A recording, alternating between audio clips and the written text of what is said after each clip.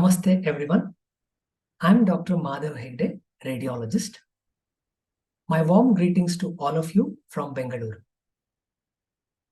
For some time now, I have been weighing a few thoughts about the ways of bringing medical fraternity much closer to the community. I also come across individuals who make significant contributions that enhance the lives of others. I wanted to introduce these success stories around us to you all. The best way to do this would be directly hearing from them. So the idea behind this series of interviews is to recognize and celebrate each success around us. These are the people who toil their lives with the goals to make this world better. These are the common heroes who matter to us and who made the difference. These are the people who would prefer to be identified by their deeds, the ways they were achieved, and the values behind them. Welcome to my show, LifeScan with Madhav. Let us celebrate success with values. Hope this would inspire many more amongst us. Namaste everyone.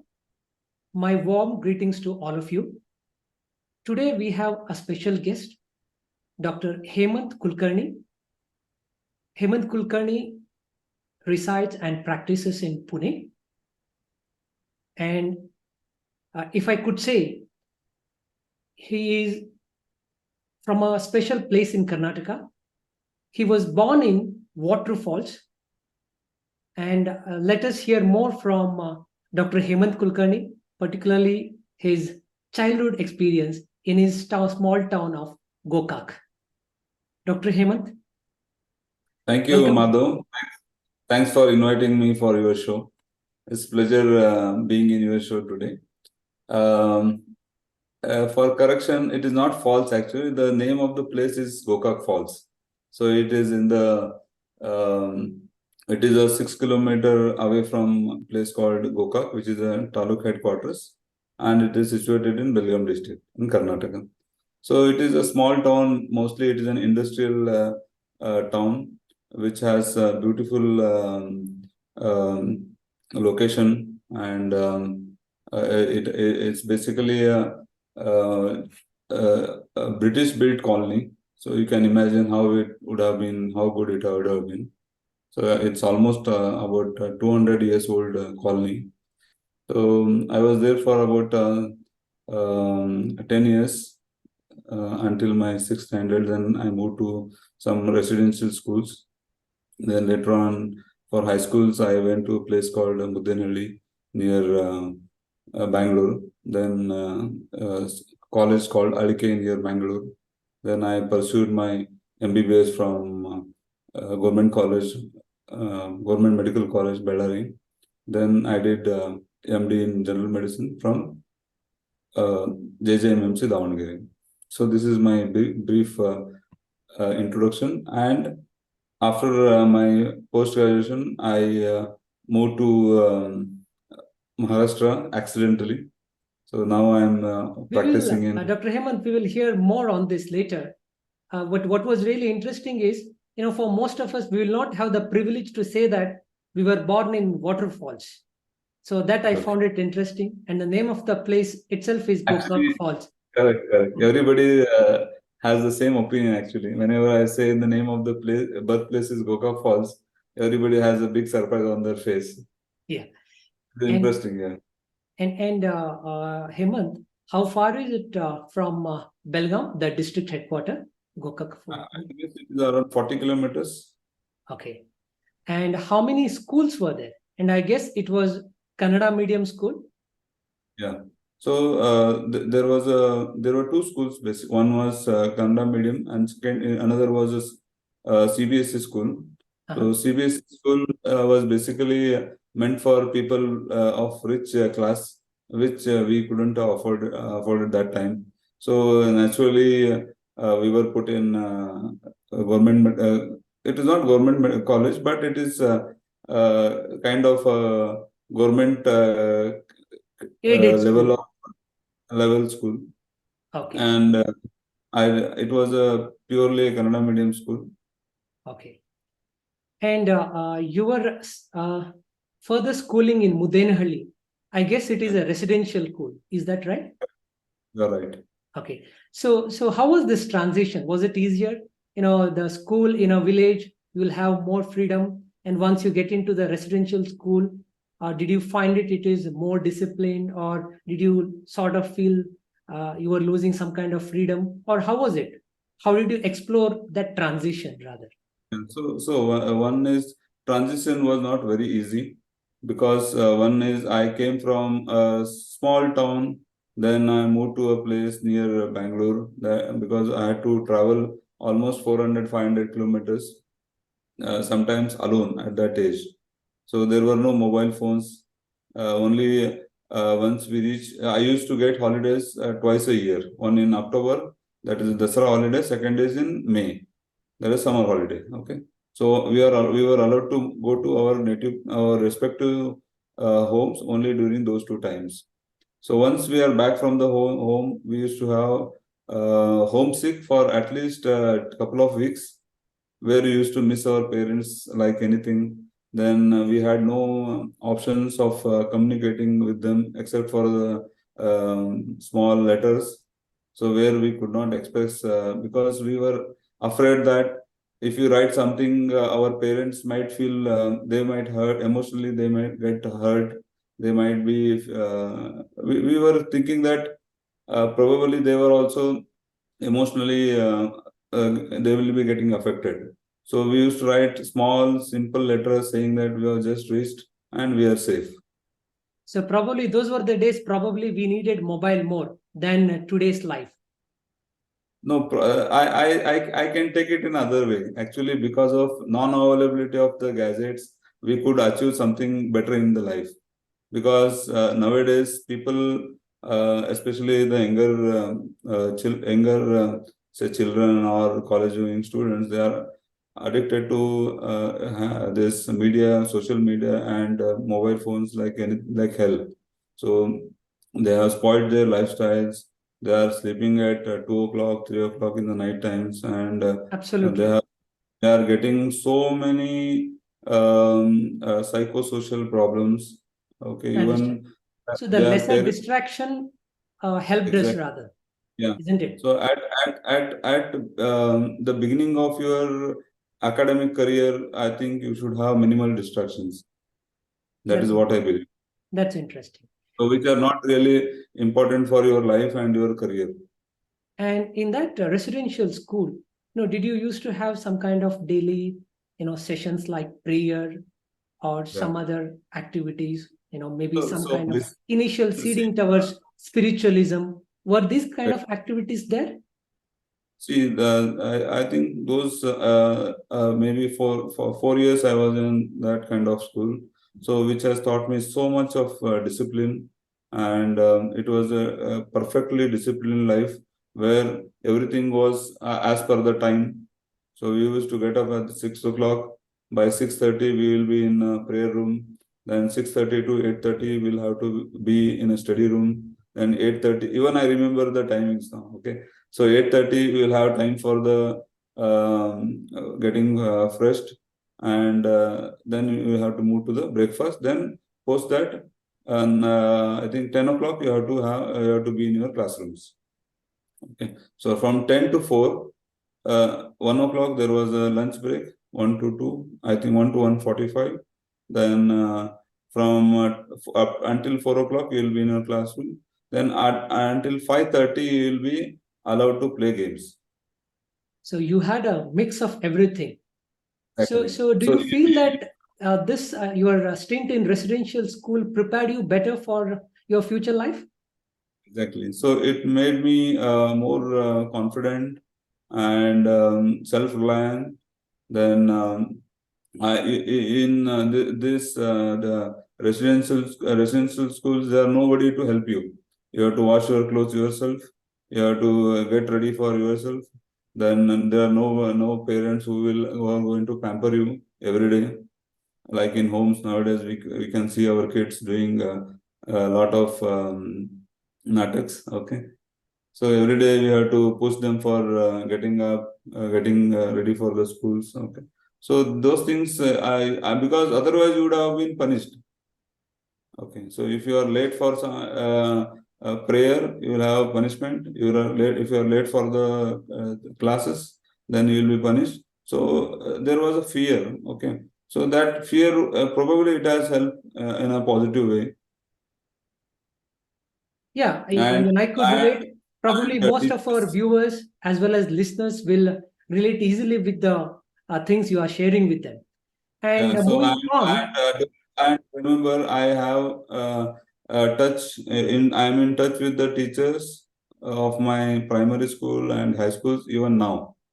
that's a Okay, great gesture. I had been to that place about I guess 4 or 5 months back. They were so happy. They took me for a tour in the school. They show me each and everything. Even they have built a hospital which is free of cost for the patients, and it is one of the hospitals in India. The it is. I don't think anybody knows that medical education is given at free of cost.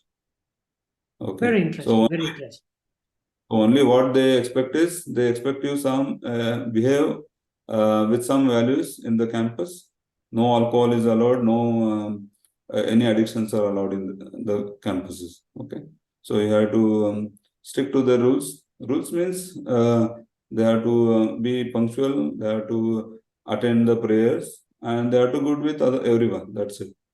Nice to see that the education or the academics is well mixed with the basic values of Correct. life. Correct. I think that is So interesting, and that as is you said, very. probably that prepared you better for future life. And moving on, Dr. Hemant, most of us after our +2 left with two common choices: doctor or engineering. How easy for you, or how difficult was it for you to choose medicine or engineering?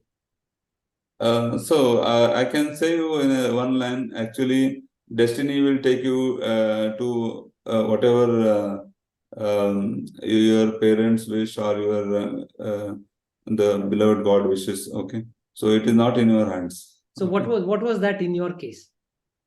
so in my case, actually, I was not at all confident that I will get a medical seat. Okay, and that time we had no godfather or somebody who will really guide us for choosing any profession. Okay, so we just studied for, and that time there was no particular choice you have to make. Either you can opt both PCMB.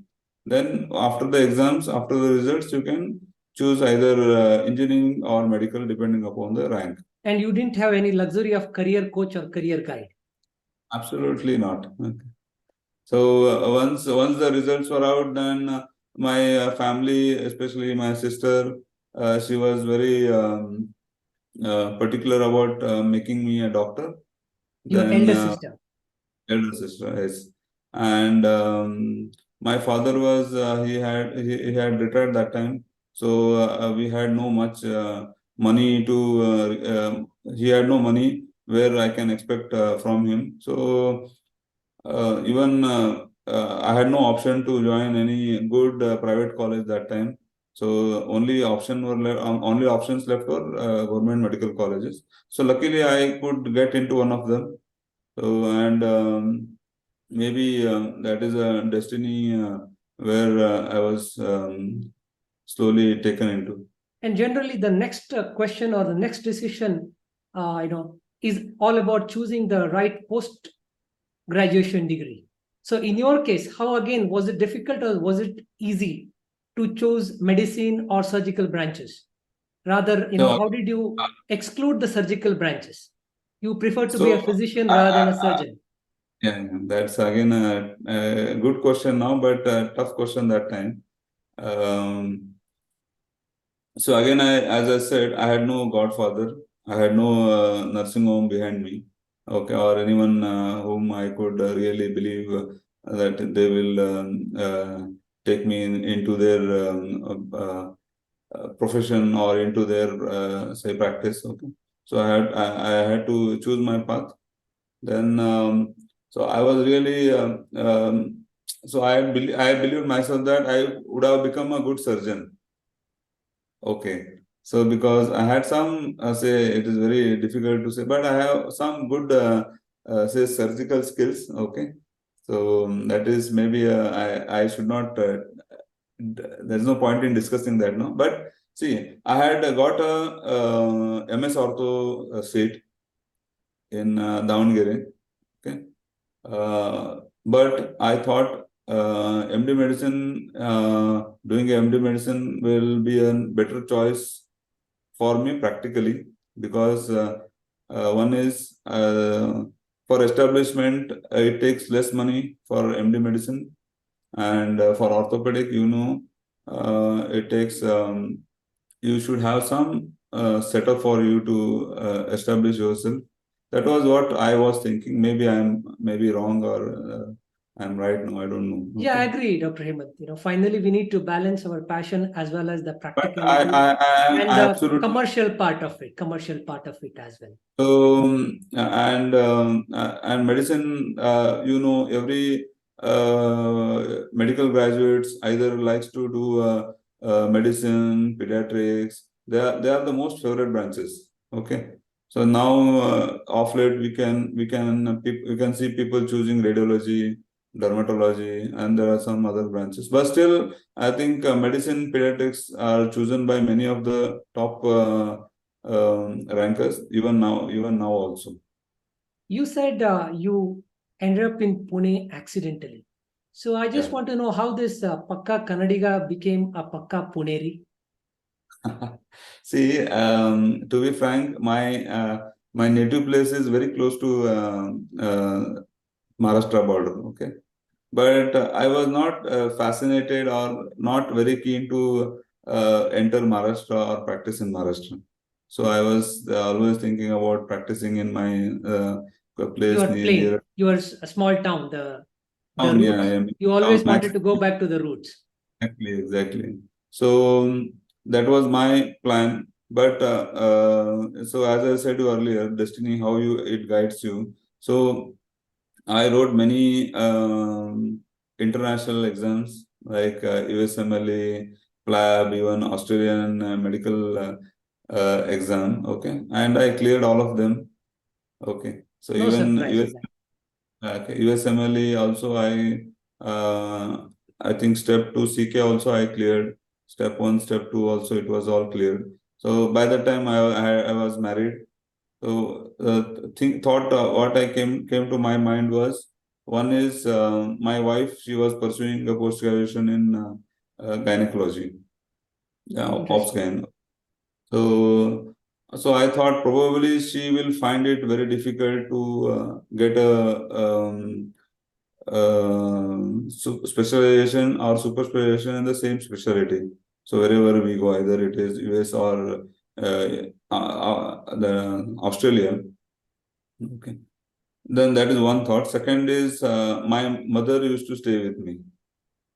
So during my post MD phase, so then it was always in my back of mind that if I leave her, then she was not comfortable in staying with even now I have two elder brothers, so she was not comfortable in staying with them. She was fond of me. She was liking my used to like my company, or she was staying with me. Then I thought, what extra I'm going to gain by going out of India. So then I started doing a lot of say consistently. I could think many. That was a very difficult decision actually. Then I had no plans to practice or settle down in Pune. So I was practicing in Kolhapur initially because it was very close to my native place, and my wife was doing post graduation in Pune through All India. That time it was not NEET actually, All India entrance. So and then I just thought ki, until she is in Pune, let me do some practice in the evening hours where I can uh, say I can see a couple of patients and just I can kill my time in the evening hours. Okay, Good because to I was hear bored. your candid response and particularly the circumstances which made you to pursue Indian dream rather. And Then really, I should say, the contributions like yours in having the larger Indian dream, correct, it really matters to all of us. Good to hear that you have been practicing for more than a decade now, and you have correct. experience across the places and across the disease sets. So, one Yeah. question I have. I know that this has been a very fulfilling career for you, but what is that one thing which will make you most happy on a day during a day in the office? Is it a rare critical diagnosis where you had to apply a lot of your knowledge and intelligence, or is it a special drug you chose to treat a case, or is it a very thankful note from the patient or their relative? So what makes you most happy on a particular day in the office? See, most reward, or you can say happiest moment will be when patient he or she shows the gratitude. It may not be in words, but it will be in feelings. Okay, some patients they express it, some may not express it.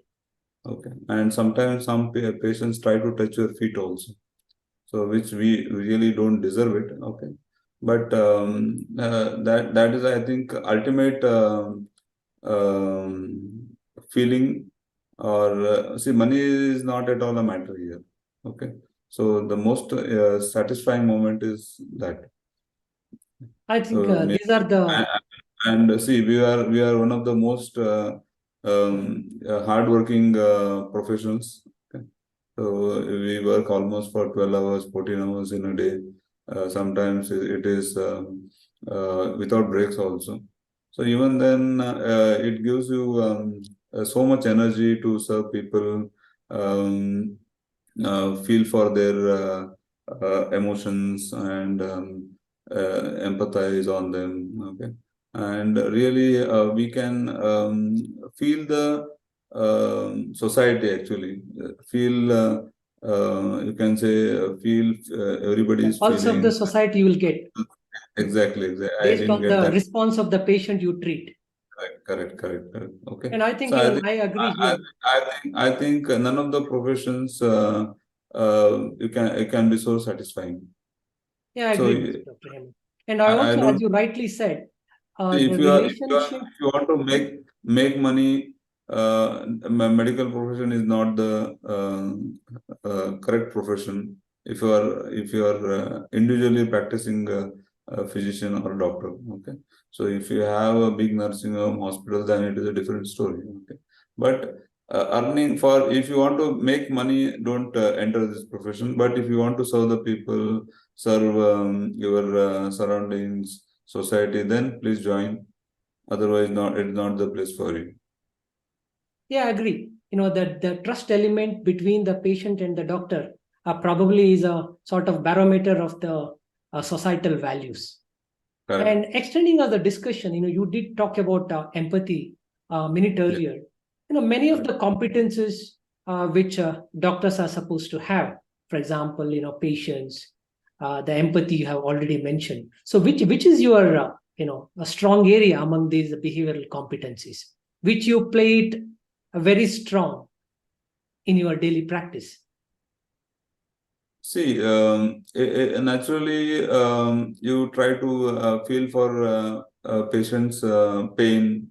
Okay, so once you are in sync with their need, emotions. Okay, then definitely they also choose you as your doctor, and they will start trusting you. Okay, and once the trust builds, I think that just beginning of the recovery, or recovery path, you can say. Yeah, all So of if us, the we find if every the day in the patient, practice. if you are the best of the best doctors, and the patient has no trust on you, so your treatment is not going to help him most of the times. Yeah, I agree. And like most of us, and like most of the professions, occasional, sort of what you call a bad day in the office also we have. So how do Yeah. you overcome it, Dr. Hemant? See, bad days are not there every day. Okay, they come once in a while. That is there in every time. See, suppose now we are watching World Cup. So Virat Kohli is all over the world. He is appreciated as one of the best cricketer or best player. But sometimes he has also has a bad day. Okay, many people they shout at him, they utter some nonsense words. That's there in every profession. I think you have to just neglect and concentrate on good things because 99% of the times people they are good people. So you need not worry or waste your time on 1% of the people. I agree. And 1% try to distract your energies, time, your emotions. Okay, I think that you have to learn over a period of time. Absolutely. And as you said, learning. So, fortunately, a lot of learning has to happen for doctors during our work. So, how do you Correct. keep yourself updated? Particularly from the core professional front. I mean, Yeah. are you a reader, or you attend online meetings, or is it offline? Which is your mode of preferred mode to keep you updated? See, to be frank, it is very difficult to take out time for reading these days now. Okay. So what I and see, my passion is to read books. Okay. But we it's very difficult to carry books when you are moving around, and we really get very less time at home to read books. Okay. Even at the office also. So what I do is I have some applications and I go through online topics whenever I'm traveling between clinic to the hospital or back to from hospital to home. So that time I go through some articles and try to update myself. That's interesting. And now I have a question on one of the common conditions we find it. And of course, these are quite easier things for you to answer. One is jaundice, Dr. Hemant. So, do you find more of a medical causes, or is it a surgical cause which is more common in your practice as far as jaundice is concerned? Yeah. See, jaundice is a very common symptoms, especially in Indian scenario. Why I said Indian scenario is because there are reasons for that. Okay, so most common cause of the jaundice is again infection. Okay, so that too viral infections. So everybody knows that there are viruses like hepatitis A, B, C, D, and E. Okay? So because of our poor food hygiene, okay, and choosing more of street foods, we are seeing a lot of surge in this hepatitis virus induced jaundice, especially hepatitis A and E. Okay, so that too in we can see that more commonly in younger generation, school, college going students. Okay, they are fond of street foods. So where street foods are not that hygienically correct. Excuse me. Uh, Again, these jaundice types, the jaundice is secondary to viruses, can be easily prevented. One is by having hygienic food or water. And second, some of the viruses can be prevented by vaccines also, like hepatitis A, B. Not B is not actually an virus which comes through food or water. It has other source of entry into your body. So So hepatitis, viruses. So why these viruses, in addition to you know to be known to affect intestines, so they also yeah, affect liver also, isn't it? correct. Okay. So These are the specific viruses which affect mainly liver. Okay. So there are a lot of viruses, but these are the commonly found viruses which causes jaundice. There are other causes of jaundice, which is one of the commonest cause again is in alcohol. Okay. Before we go to Alcohol. alcoholism, one Yeah. question I have: do you do routine imaging studies like ultrasound in addition to the laboratory test in case of suspected jaundice, may it be viral or a surgical one? See, if you are evaluating a patient with jaundice, so ultrasound is part of the investigation test. Okay, because basically here you have to rule out any mass or infection like abscesses in the liver. Okay, or you have to assess the size of the liver. Okay, so ultrasound definitely is an important tool in managing or treating patient with jaundice. And nowadays, see, in when we were students, ultrasound was not very easily available tool. So that time it was more of an clinical based treatment. But now ultrasound is easily available in most of the taluka places. Okay, so I think it is an important tool to be part of your investigation process. Now we'll have one question on which is more of a socio-medical issue. You referred to the alcohol-related liver disease, but beyond that, how often you come across the patients who have been affected by substance abuse, particularly alcohol, and what do you suggest? Specific advice for them to get rid of this. In terms of de-addiction. What See, is alcoholism is a social poison actually.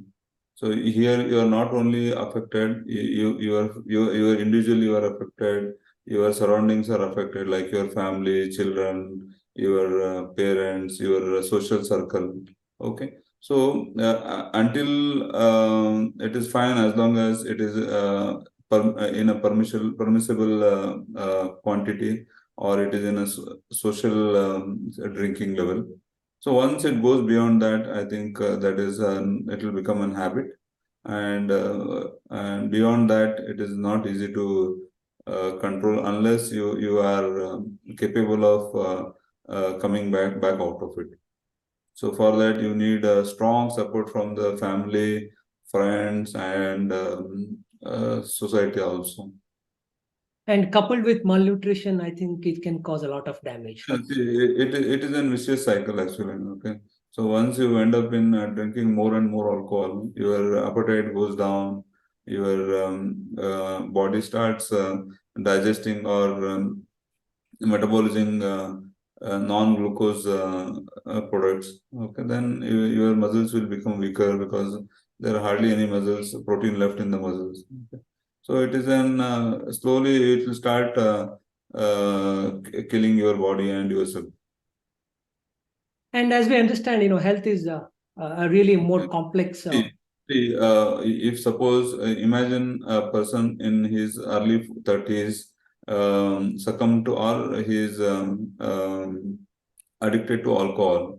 So he suppose and so say some professional, say a doctor or engineer. Okay, so imagine what country is going to lose out of it. Okay, so that cost is nobody can replace that cost. Okay. I understand. So if person dies in his 30s or early 40s, so next 30, 40 years, country is losing out of that guy. Yes. So individual health definitely has a bearing on the finance of the individual and the family. And similarly, see, health is. God has human body is the biggest gift the God has given to anyone. Okay. And So similarly, public health also has an impact. protecting the body is your prime responsibility, and by doing that, you are protecting yourself, your family, and your country as well. And when we are discussing about hepatitis, we were referring to the food hygiene and as well as probably the water. So these Yeah. government campaigns like Swachh Bharat, or the potable water to every individual, Yeah. do you think these will have an impact on the health, particularly the See, hepatitis part? already this Swachh Bharat Abhiyan has impacted in a large way. Okay, so you can argue from negatively on the other way also. But see, if you see say a school going child, say first standard, second standard child. Okay, so just observe his behavior, and a person in his late 60s or 70s. Okay, so that child, if he eats an chocolate, he doesn't throw that wrapper on the road. He will keep it in his pocket or in his bag, then goes home and he put it in dustbin. Okay. So whereas in elderly people or adults, they don't care. They just throw it anywhere they want to throw it, and just they go ahead. Okay. So this is a change in genetics. Okay. So you have to change your genetics. You have to. It's a mindset. Okay. So if it has to be done for generations, then things are going to change. Not in a year or two. These things are going to improve or change. I agree. When you said Maybe. that genetics, I think you also meant epigenetics also. I agree with you. So maybe this thing, if you can ask me this question 10 years later, maybe that time it can be a very relevant question that time. And now coming to a couple of last questions, Dr. Hemanth. Yeah. One is on proposed, integrated medical courses. Combination of modern medicine and Yeah. alternative systems like Ayurveda. So, what is your take? See, as long as it is done in a healthy mode atmosphere, I think that can do wonders. But just to increase number of untrained professionals and bring them in, try to bring them in mainstream by other means, that is not going to help the society. Okay, so because see, what I think is, I may be wrong. If I am wrong, please correct me. Okay. So there has to be a basic education, that is say you may not name it MBBS. Okay. So basic education has to be same for all guys. Maybe Ayurveda, homeopath, or modern medicine. So if somebody wants to choose super specialty or specialty, then they can choose Ayurveda, homeopathy. Okay, post your 5 years of basic education. Okay, so because here you have some maturity to think yourself and do some maybe a research in Ayurveda. Then definitely you are going to do justice to the whatever the branch it is. I agree with you. Just completing 5 years of say some specialty, basic specialty, and you are trying to practice and imitate someone else whom which you don't know what to do. You are a confused guy actually. So a sincere attempt in this direction would help. That is your take at this. See, my what I believe is my opinion is you stop all Ayurvedic and homeopathic college, convert them into a medical college, give them a respectable degree, so they will also have self-confidence. Okay, and try to bring them in mainstream by some specialization. If somebody after 5 years of his basic if somebody wants to do a super specialty in homeopathy, fine, let them do it. Okay, so he is a super specialized guy in homeopathy. So whoever he can definitely do a justice to his specialty. Interesting. Dr. Hemanth, I have one last question, but definitely interesting one. I'm very sure you would have heard, government thoughts on having MBBS or modern medicine degree in regional languages, and I find it quite an encouraging move. And so, what is your take on this? See, so you see, language is just a communication tool. Okay, so whichever language suits you, whichever language you are comfortable, your society needs, you be well versed with that language. Okay, so that doesn't mean that if you see, you cannot judge you cannot judge fish by its qualities of flying. Okay, so fish cannot fly and bird cannot swim. Okay, so similarly, a person in rural masses, he cannot talk or speak in English. So if he may be good in or good in communicating with his local language, Which is natural to him or her. Yeah. So if he is able to treat his society by whatever language he knows, that doesn't that's not at all a problem. That's in fact I think that is a more you should encourage it more and better. See, Thank you, Dr. Hemanth.